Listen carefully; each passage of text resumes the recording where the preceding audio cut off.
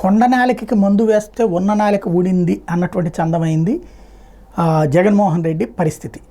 తను ఆల్రెడీ రెడ్డి సామాజిక వర్గంలో తనకే బలం ఉంది, ఎస్సీ ఎస్టీ సామాజిక వర్గాల్లో తనకే బలం ఉంది, మైనార్టీ సామాజిక వర్గాల్లో తనకే బలం ఉంది, బీసీలను కూడా యాడ్ చేసుకుంటే నా బీసీ, నా ఎస్సీ, నా ఎస్టీ, నా మైనార్టీ అంటే ఓసీలు అందరూ దూరం అయ్యారు.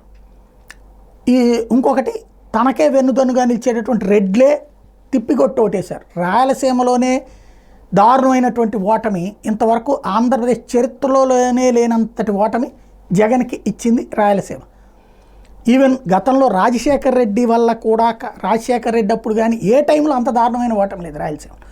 రెండవది పల్నాడు, గోదావరి జిల్లాలు, వీటిలోనూ రెడ్డి కమ్యూనిటీ ఉన్న ఏరియాలు, కృష్ణా గుంటూరు జిల్లాల్లో కూడా రెడ్డి కమ్యూనిటీ 60 నుంచి 70% మంది వైఎస్ఆర్ కాంగ్రెస్ పార్టీకి వ్యతిరేకంగా కూటమికి ఓట్లు వేసినటువంటి పరిస్థితి.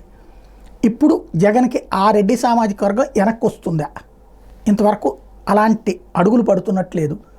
కమ్మ కాపు సామాజిక కిందసారి కాపు సామాజిక వర్గం బలంగా జగన్ వెంట నిలబడింది, కానీ వాళ్ళు మొన్నసారి డ్రాప్ అయిపోయారు, మొత్తం తెలుగుదేశం జనసేన కూటమి కేసు. ఇప్పుడు వాళ్ళ నుంచి ఇక మద్దతు ఉంటుందా? ఎందుకంటే ఇప్పుడు పవన్ కళ్యాణ్ స్ట్రాంగ్గా ఉన్నాడు, అతని కాదని వీళ్ళని ఎందుకు ఎంచుకుంటారు? నెంబర్ 1 వచ్చేటప్పుడు, నెంబర్ 3 వచ్చేటప్పటికి కమ్మ సామాజిక వర్గం చాలా బలమైనటువంటిది, ప్లస్ వ్యతిరేకత ఉంది జగన్ పట్ల.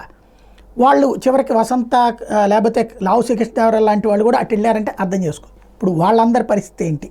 ఇది వాళ్ళ తిరిగి రాకపోతే జగన్కి భవిష్యత్తు ఎక్కడ ఉంటుంది? ఇదే సందేహం.